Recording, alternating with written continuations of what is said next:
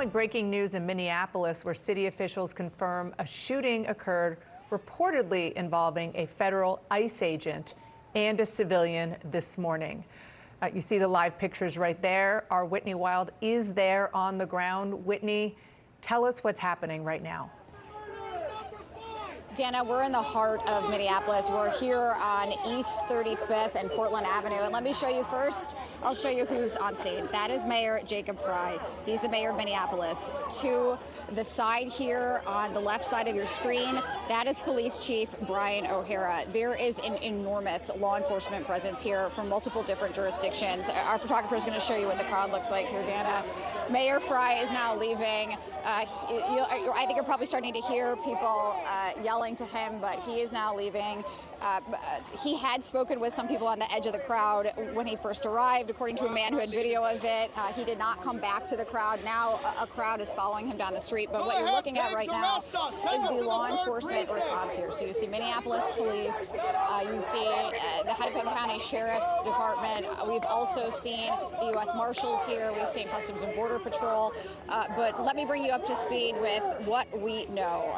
As you said, we know that there was a shooting involving federal law enforcement near East 34th Street and Portland Avenue.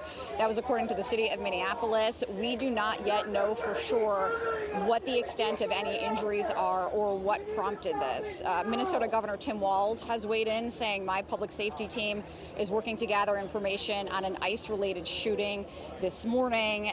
Again, Mayor Jacob Frey is here. This is all in the context of this ramped-up immigration enforcement that DHS has been touting. They say this is the largest immigration crackdown to date, 2,000 agents spread throughout the Twin Cities.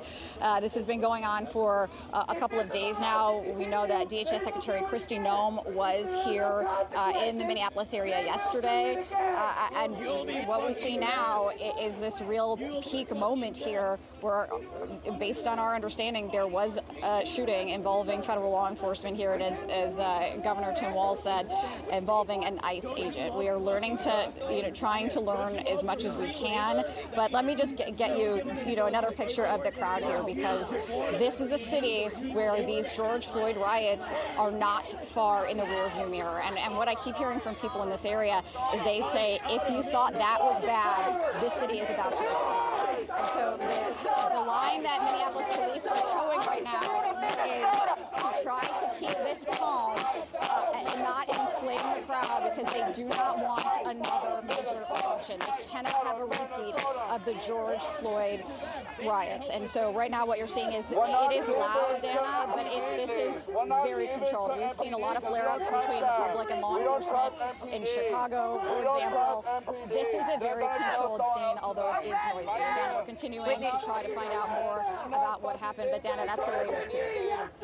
Whitney, you probably can't hear yourself think because it's so loud there. It's a little hard for us to hear what you're saying because obviously there are a lot of people there who are quite angry. If you can hear me, and perhaps it's too early to know the answer to this, but it sounds like officials are being quite careful when they just say a shooting involving a federal agent. Does that mean that somebody who they were going after, who ICE was going after, was shot? Was there a shootout, or we don't know? We don't know. We don't know yet. I don't know if you can hear me, but it's starting to get really spicy. So let me give you context of what is going on here. Dana, can you guys hear me? Yeah, we can. I'm going to pull my microphone a little closer to my mouth. Okay. That's Police Chief Brian O'Hara right now.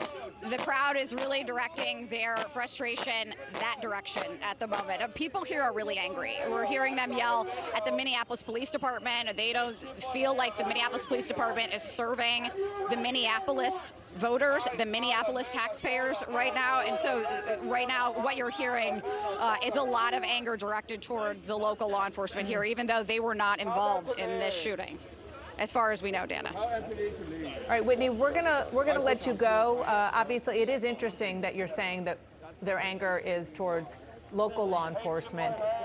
I would imagine in addition to federal law enforcement, ICE agents in particular. So we're going to let you go. We're going to let you do some reporting. Stay safe, and we will get back to you as soon as you get more. Thanks so much for your terrific reporting, Whitney.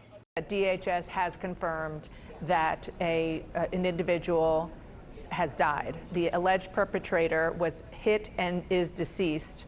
ICE officers who were hurt are expected to make full recoveries. Can you fill in the blanks, Priscilla?